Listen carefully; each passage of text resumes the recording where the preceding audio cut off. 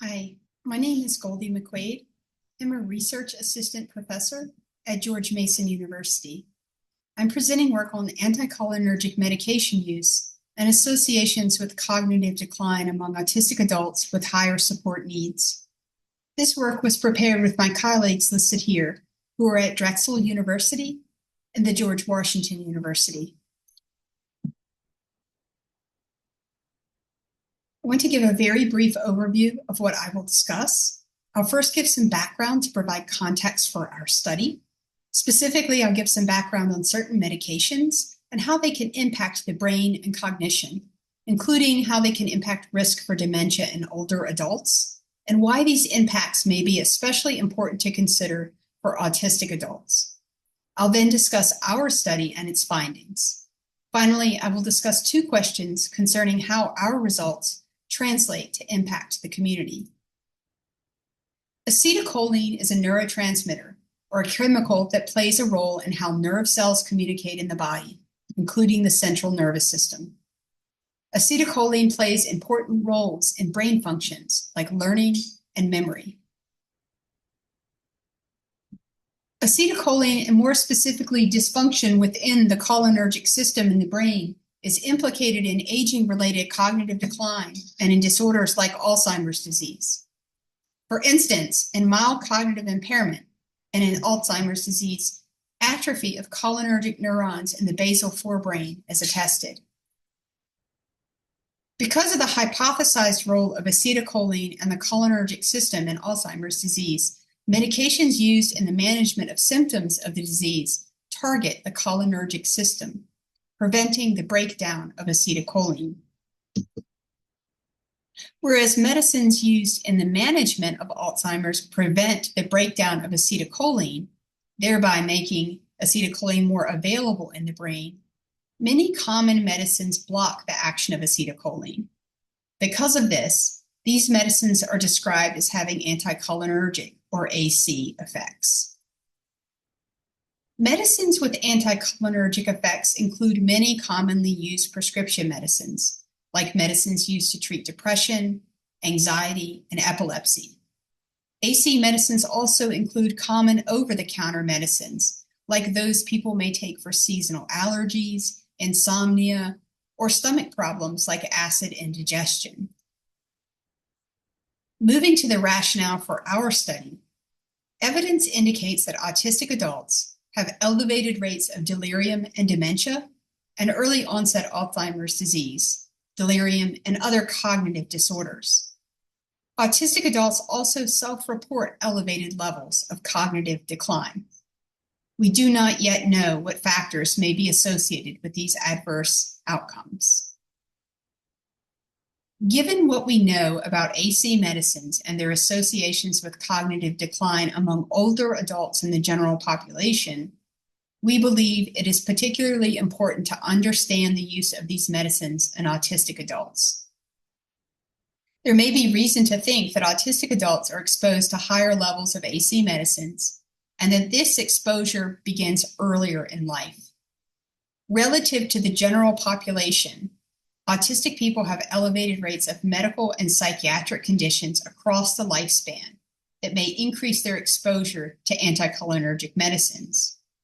High rates of both polypharmacy and psychotropic polypharmacy are reported in autistic children, adolescents, and adults. Only a single study to date has examined AC medicine in middle-aged and older autistic adults without co-occurring intellectual disability.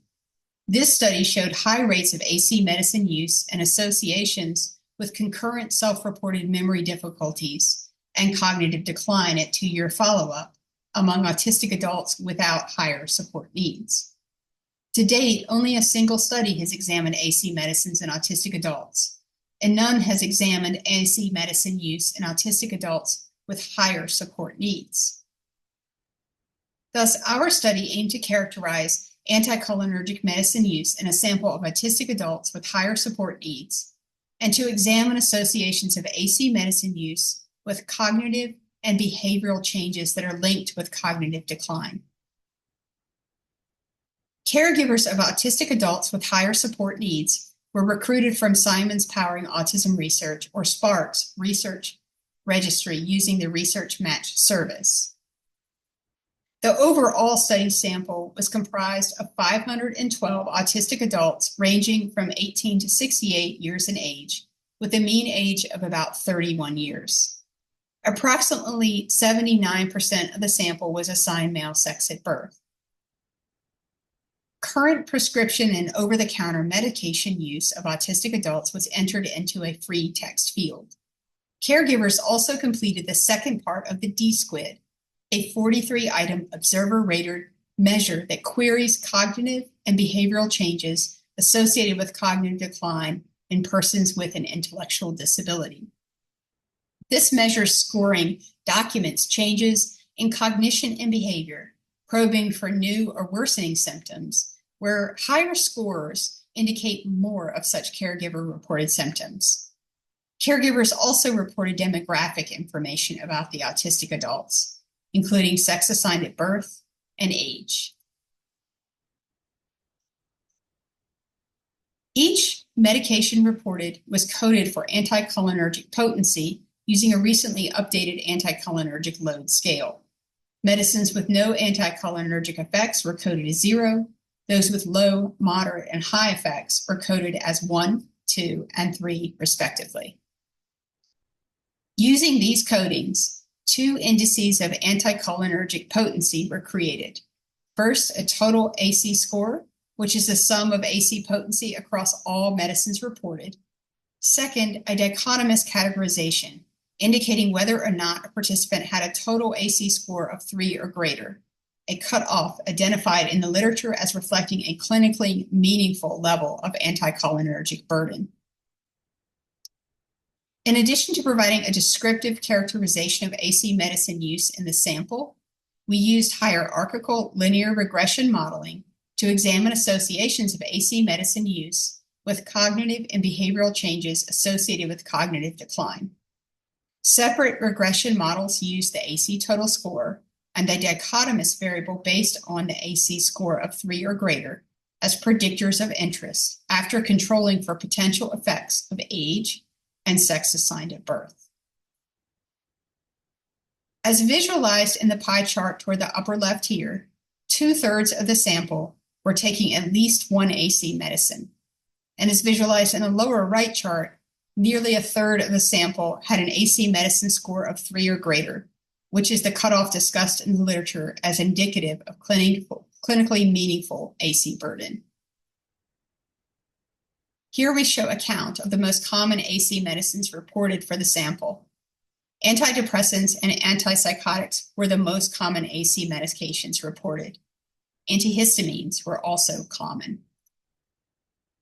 Whether we looked at AC potency in terms of the total sum or in terms of the dichotomous cutoff of an AC score of 3 or greater, we found significant associations between AC medicine use and D-SQUID scores. Specifically, in the first step of hierarchical linear regression modeling, we found that age and assigned sex at birth significantly predicted D-SQUID scores, with older autistic adults and autistic adults assigned female sex at birth having higher D-SQUID scores. Higher scores are indicative of greater cognitive and behavioral decline. Even after controlling for the significant effects of age and assigned sex, both the model with a total AC score and the model with a dichotomous cutoff of 3 or more revealed that greater AC medicine use predicted higher D-SQUID scores. This research shows that anticholinergic medicines are commonly prescribed in autistic adults with higher support needs. This research also shows that greater use of these medicines is associated with observer-rated changes in cognitive and behavioral functioning that are associated with cognitive decline. Knowing that autistic adults are more likely to be diagnosed with dementia and delirium, and knowing that broadly autistic people are exposed to higher levels of polypharmacy, the current study adds to our understanding of how medicines associated with cognitive decline in the general population are used in autistic adults and how they may be associated with changes in cognitive and behavioral functioning in this population. This study represents a first step towards helping us understand AC medicine use and its associations with changes in cognitive and behavioral functioning in autistic adults with higher support needs. Many AC medicines have clear benefits, and so more work is needed to understand how AC medicines and other factors are associated with changes in cognition and behavior. However, the work here can inform and thus empower autistic people and their caregivers to understand potential effects of these medicines on cognition and to evaluate the risks and benefits of these medicines. We want to express our gratitude to the autistic adults enrolled in SPARK, the SPARK clinical staff, and SPARK staff, and we appreciate obtaining access to Safari Base to recruit participants through SPARK Research Match. We also want to acknowledge our funders. Thank you for listening.